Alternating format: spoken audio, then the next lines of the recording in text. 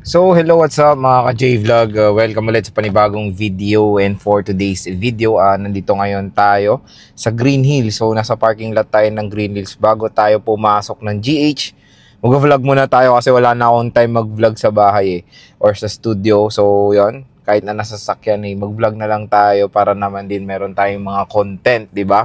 Agad-agad. So, for today's topic nga is i-review natin ngayong 2024 ang iPhone 12. Ito po. Maganda pa kaya ito ngayon 2024. So tara mga ka-J-Vlog, check natin.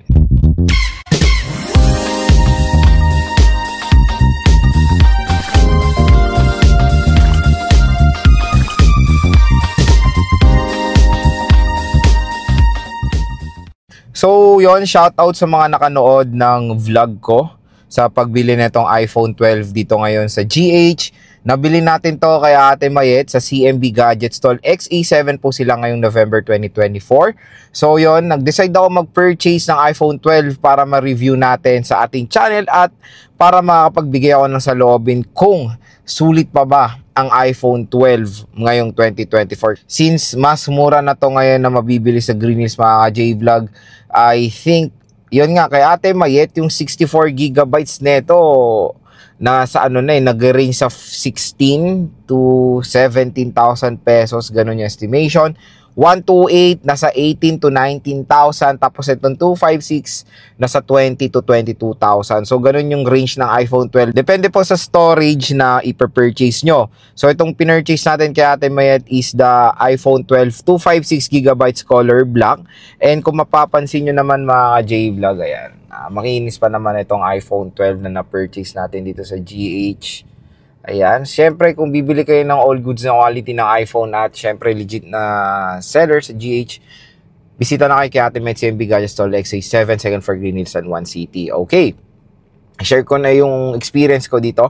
Nakapag-game test na ako dito sa iPhone 12 na gagawa ko ng separate video about sa game test na itong smartphone na to. Pero nakapaglaro na ako dito ng few games like ML, COD, Genshin, at yung mga iba pa. Nakakagulat at sobrang nakakatuwa na 4 years na tong smartphone na to pero napakabangis pa rin nito for gaming, at maganda nga doon, optimize yung chipset niya sa mga matataas na settings ng mga laro ngayon tulad na lang ng ML, COD, and Genshin Impact. Syempre napaka-powerful po ng chipset nito, the Apple A14 Bionic chip. Ang maganda rin dito, hindi po nagkakaiba ng utak ito compare sa Pro series niya. Kasi ngayon, 'di ba, yung 15 series and 14 series, iba po yung utak ng base model which is yung ganito sa Pro version. Pero itong 12 ay same lang ng utak sa 12 Pro and 12 Pro Max, kaya all goods yan mga J-Vlog, same speed yung mga yan. At yun, when it comes sa gaming, maganda pa rin ito ang iPhone 12. Kaya maganda pa rin siya i-recommend sa inyo. At take note na ito po yung kauna-unahang 5G smartphone ni Apple. So iPhone 12 series, iPhone 12 mini, iPhone 12, iPhone 12 Pro Max, and iPhone 12 Pro. Sila po yung kauna-unahang smartphone na merong 5G connectivity when it comes sa iPhone. Ayan So yon. At nag-redesign na rin yung iPhone 12. So, na siya, box type na siya kung makikita nyo compare sa iPhone 11 na curve siya, di ba? Na old school design nyo ng iPhone 6, 7, 8. Tapos, eto, binalik nila yung design ng iPhone 4 and 5 na box type, na mas maganda yung ganitong design for me. Kaya natutuwa ko na nung nilabas itong iPhone 12 series, box type na sila mga J-Vlog. So, all goods yan. When it comes sa camera, meron siyang dual rear camera. Meron tayong 12 megapixel main and 12 megapixel ultra wide camera. So, ito yung mga may ganyan 0.5, 0.5, diba? So, sa mga consumers na naghahanap ng smartphone na merong 0.5, maganda recommend itong iPhone 12. So, try natin mag 0.5, Ganyan yung mga Gen Z ngayon Yan. So, yan yung pa 0.5, di ba? So, ganyan yung 0.5 and malinaw kahit na ultra wide and main kasi same lang po sila ng megapixel. Both ay 12 megapixel.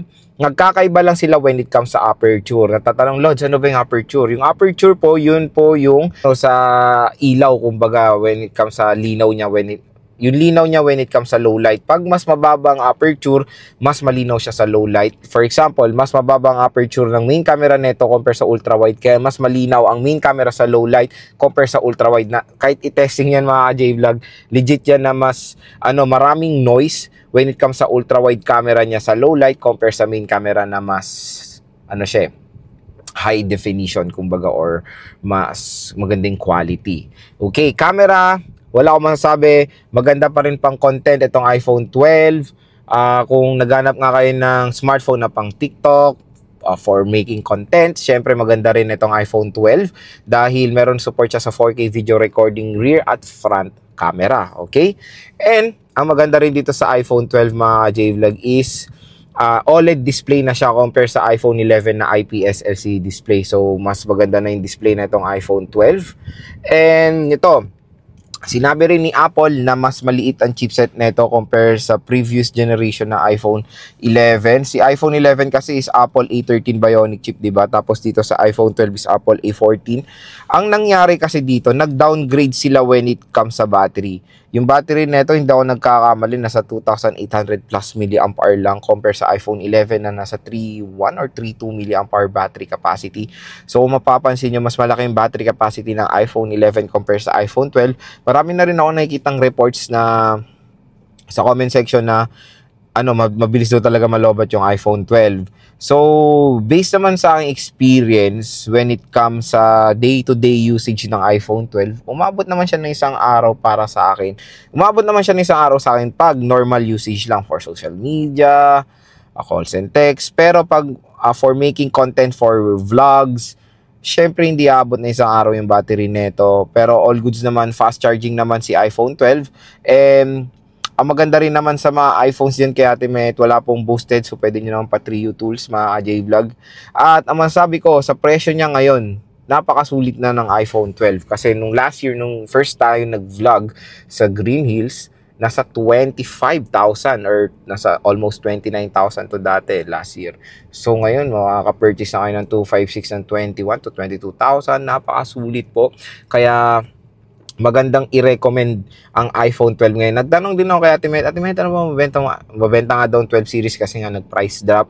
So dito sa iPhone 12, mas prefer na nila ito compare sa iPhone 11.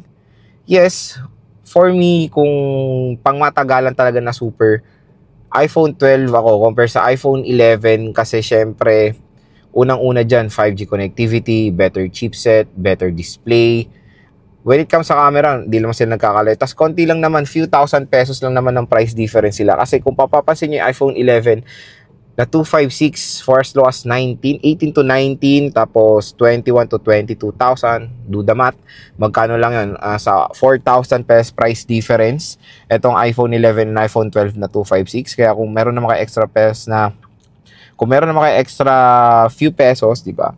Magandang mag-fully upgrade na kayo sa iPhone 12 ngayong 2024. Syempre, matagal pa to sa ecosystem ng Apple when it comes sa updates. Apple A14, napakalakas pa niyan. Matik, ma-update pa to sa iOS 18, 19, or even iOS 20. So ito mga J-Vlog, so explore natin yung nakuha nating iPhone 12 sa CMB Gadgets kay Ate Mayet. So syempre, pinili rin natin to ng mabuti. Ayan, maganda naman yung nabigay sa atin ni Ate Mayet. Ayan, explore natin, gilid. Siyempre, pag second hand, asahan nyo na mga J-Vlog na may mga gas-gas. Huwag na kayong umasa ng super duper kinis. Pero merong swerte na masyadong makinis. Swerte yan lang yon. Pero expect nyo pag may mga gas-gas, huwag na kayong, may gas-gas. Siyempre, expect nyo second hand yan. May mga na yan, sign of usage na yan. Pero, ang importante kasi, of course, yung loob or yung internal din na walang problem yung software. Sa hardware naman, syempre, make sure na okay yung LCD, yung charging, di ba? Camera, yun yung mga tinitingnan nating working. When it comes sa mga scratches, okay lang sa akin yan. Hindi naman ako maarte. May mga sign of scratches na rin. Pero okay lang yan. Sa camera, ayan, meron tayong konti lang, pero okay lang naman sa akin yan. Ang maganda naman dito, mga J-Vlog, nung ginamit natin ito iPhone 12 is medyo okay rin naman yung battery niya. Pero depende pa rin yan sa usage natin. Iba-iba tayo ng pattern ng paggamit ng iPhones. Meron yung mga solid sa gaming. Expect nyo, iPhone 12, hindi to aabot na isang araw pag gaming ang gagawin nyo. Quick reminder lang, maliit lang po ang battery capacity nito, 2,800 plus milliamp hour. Kaya asahan nyo na hindi siya ganun kabilis, hindi siya ganun katagal when it comes sa gaming. Pero bibigyan kayo nito ng maximum performance sa gaming dahil maganda naman ang chipset ng iPhone 12, Apple A14 Bionic chip. So ito, maganda yung LCD, hindi yan replace. Original LCD, Trio tools din to ni Ate Mayet. Lahat naman din ng units ni Ate Mayet bago pumapasok sa tindahan nila is Trio tools na nila yan. Para for ano na rin nila yun, di ba? For protection na rin nila yun, na walang palit yung mga binibenta nila. Pero pag meron mga known part, very transparent naman sila dyan. Tapos binibenta nila ng mas mura pag unknown part, palit yung battery. Ang maganda sa CMB Gadgets, very transparent sila. Lahat sinasabi nila. Ito yung battery health. Battery health, ang kinuha ko is 89%. Ito maganda rin. Marami na rin consumers na bumibili sa Green Hills na mas prefer na nilang 80 plus na battery health compare sa 100%. Pero quick reminder na meron still na mataas pa rin na battery health ng iPhone 12. Even meron 100%. Kasi may brand new pa kasi nito mga ka-J-Vlog. Kaya siguro pagkabili ng brand new, binenta agad or nanatili nila yung ganong kataas sa battery health. Kaya expect nyo na meron pa rin, paswertihan lang. 89% mataas pa to, for sure matagal nyo pa to magagamit. Even 79% basta original yung battery, hindi palit battery mga J-Vlog, ay maganda ang performance niyan, okay? Quick, yun nga, pag bibili kayo ng iPhone 12, manage your expectation dahil maliit lang po battery capacity nito compare sa mga Pro Max, sa Pro, even sa 11.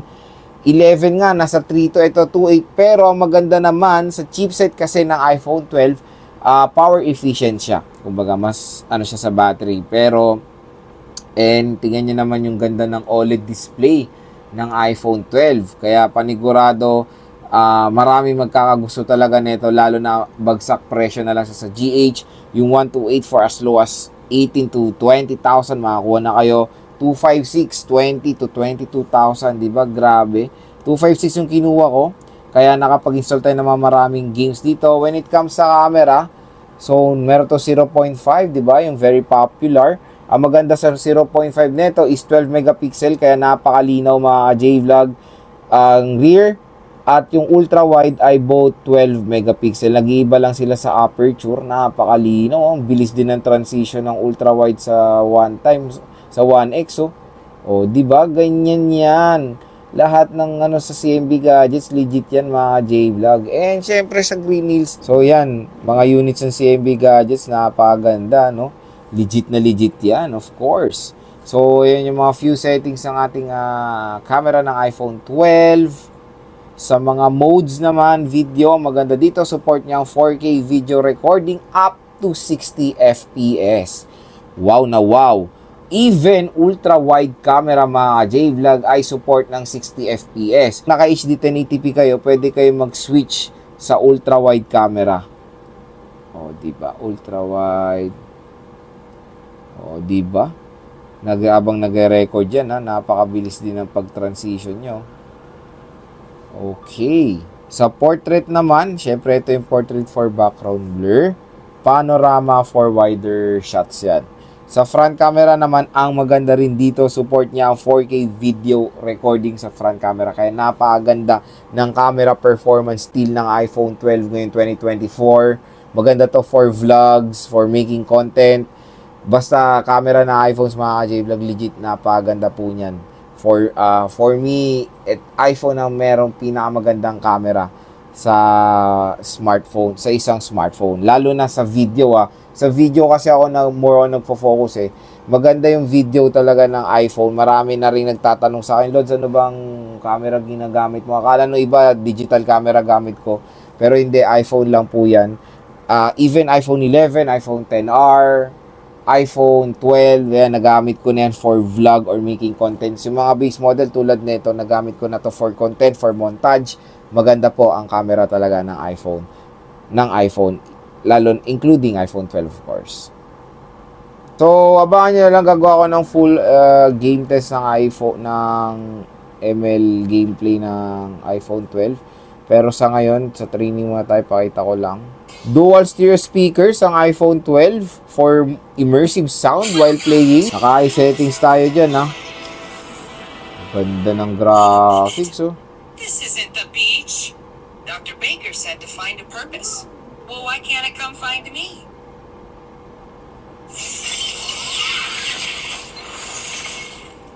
Solid, oh. No time is wasted time. Just enjoy doing nothing.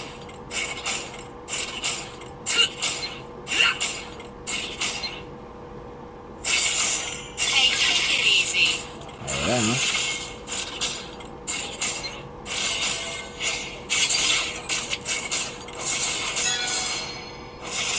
Get your own shit.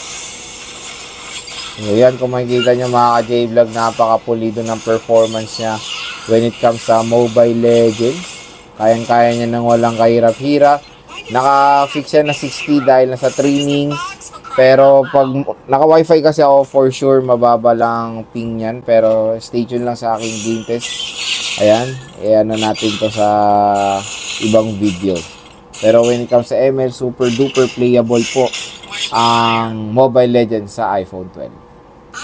So yun mga ka-J-Vlog, ang ating full review dito sa iPhone 12 ngayon 2024. Siyempre, napakaganda pa rin ni-recommend nitong smartphone na to. Napakabangis pa rin kahit na ilang taon, kahit magpo 4 years na siya, still kaya niya pa rin makipagsabayan sa mga 5G mid-range smartphone na kapresyo niya ngayong 2024. Siyempre, maganda siya i-recommend sa inyo at kung saan pa ba tayo makakabili? Wala na iba kundi kay Ate Met, CMB Gadget Stall, XA7, second floor Green Hills, San Juan City. At pag sinabi nyo napanood nyo sa vlog, automatic may cashback kayo ng 500 pesos kay Ate Met pag nag-purchase kayo ng iPhone doon.